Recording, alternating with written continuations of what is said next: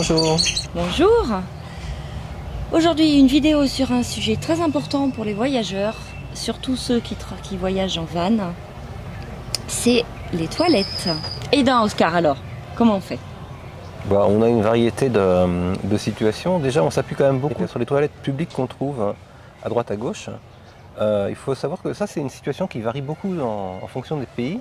Mais il y a beaucoup de pays, là on est en Amérique du Sud et centrale depuis un bout de temps, où les toilettes publiques, notamment dans les stations-service, sont étonnamment propres. Alors on ne peut pas généraliser, mais on trouve quand même souvent des toilettes publiques, dans les restaurants notamment, qui sont tout à fait avenantes. Et donc là, c'est une solution de facilité évidente.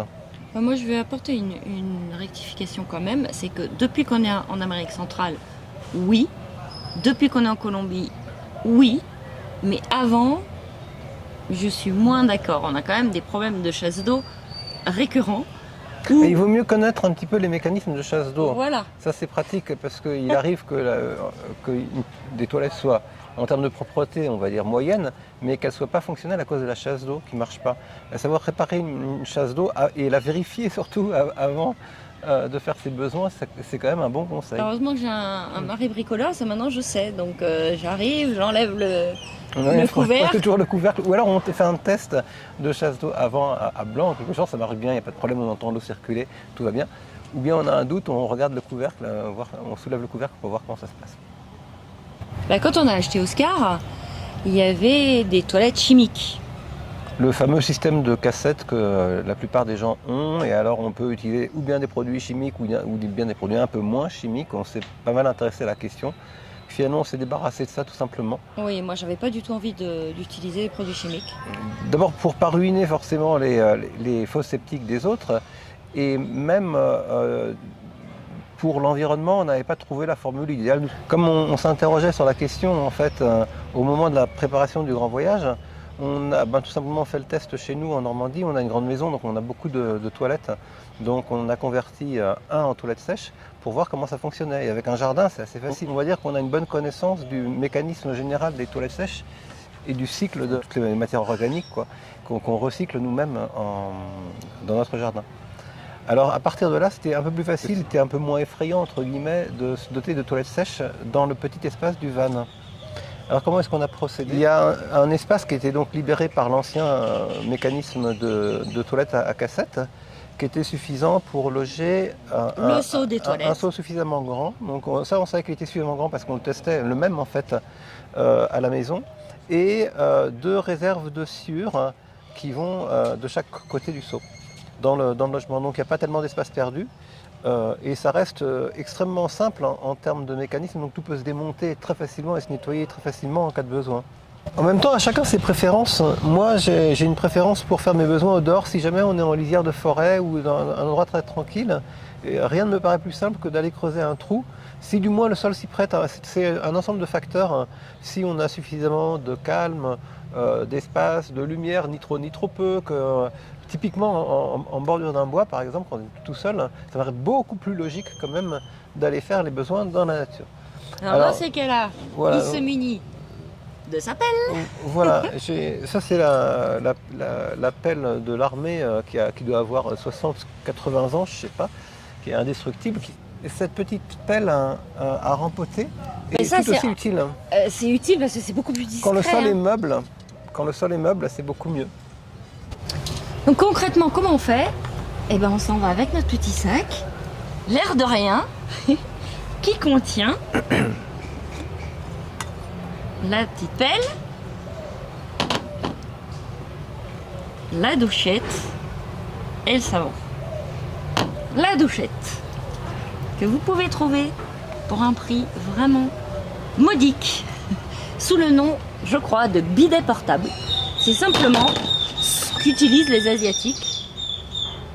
Ça fonctionne comme ça et ça marche excessivement bien.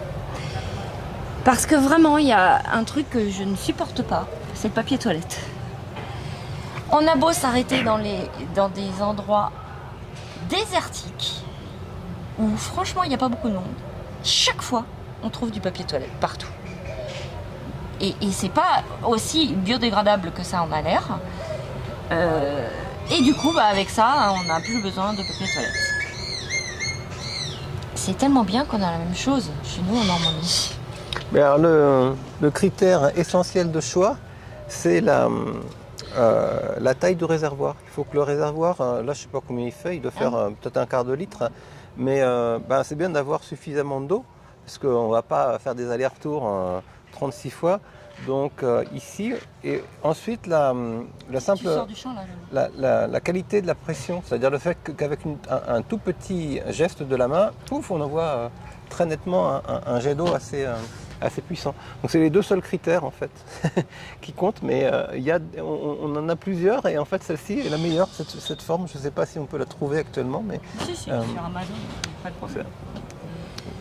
Zéro papier. Et zéro papier d'ailleurs aussi quand on l'utilise dans nos toilettes sèches d'Oscar, c'est exactement le même principe.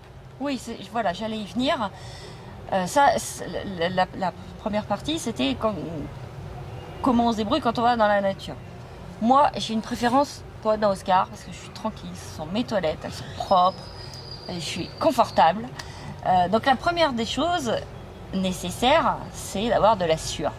La sueur, on en trouve absolument partout. Soit dans les magasins, les animaleries, puisqu'elle est compactée. Et dans ce cas-là, on en a beaucoup pour un petit volume. Nous, on remplit nos 2 seaux que vous avez vus au début. Et le reste est stocké à l'arrière d'Oscar, dans le coffre qu'a fait Manu, parce que quand bien même quelqu'un ouvrirait le coffre, qui n'est pas sécurisé, même s'il nous pique de la sueur, c'est quand même pas très grave. Comme c'est un produit sans valeur ajoutée, il n'y a aucun risque de vol. Et on pourra en avoir d'assez grandes quantités, nous on a la quantité qu'il nous faut. Mais la seule petite crainte qu'on a eue parfois, c'est au passage de frontières. Parce que comme c'est une matière semi-organique, en fait, parfois on n'a pas le droit de passer avec des plantes. Et le bois de ce type-là, il n'est pas clair en fait en termes de statut. Mais on n'a jamais été embêté. Non. Et l'autre solution excessivement facile, c'est de s'arrêter sur le bord de la route quand on voit des scieries, puisque là, il y a les copeaux de bois qui servent à rien, qui sont disponibles. Donc il suffit de s'arrêter. Manu n'aime pas trop, il n'ose pas.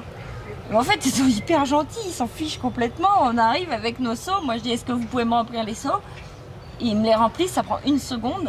Et dans ces cas-là, on donne une petite pièce quand même, parce que ça nous a bien dépanné.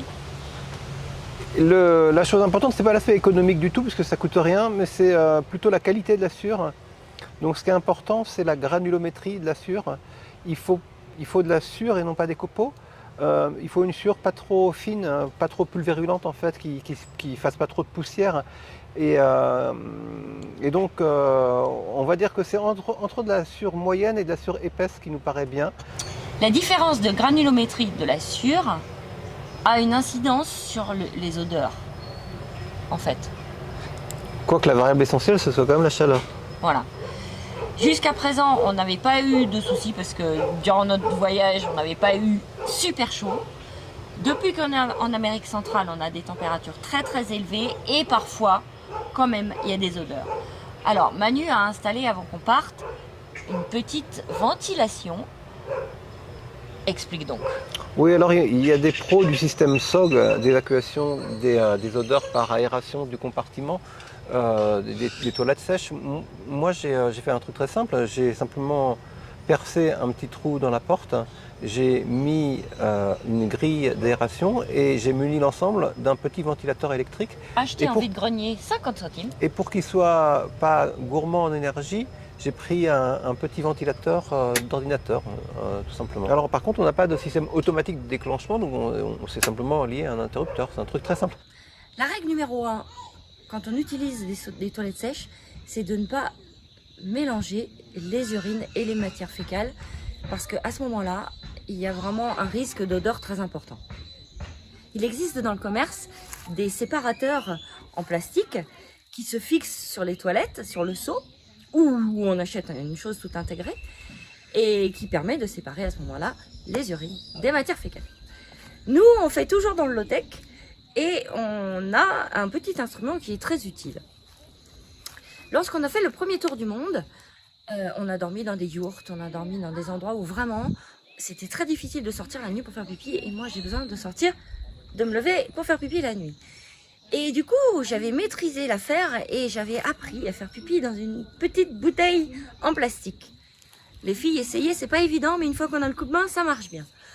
Et je pense que, je sais toujours pas qui c'est, il y a quelqu'un qui regardait nos vidéos ou qui lisait nos textes à l'époque, parce qu'on faisait pas de vidéos, juste quelques petites sur Facebook, a eu pitié de moi, et quand on est rentré, on a eu un colis Amazon qui contenait un petit instrument excessivement indispensable maintenant à ma vie. C'est ça qui s'appelle un pisse debout. Donc là, on l'utilise la nuit parce que c'est quand même plus facile que de sortir, même si on est en pleine nature.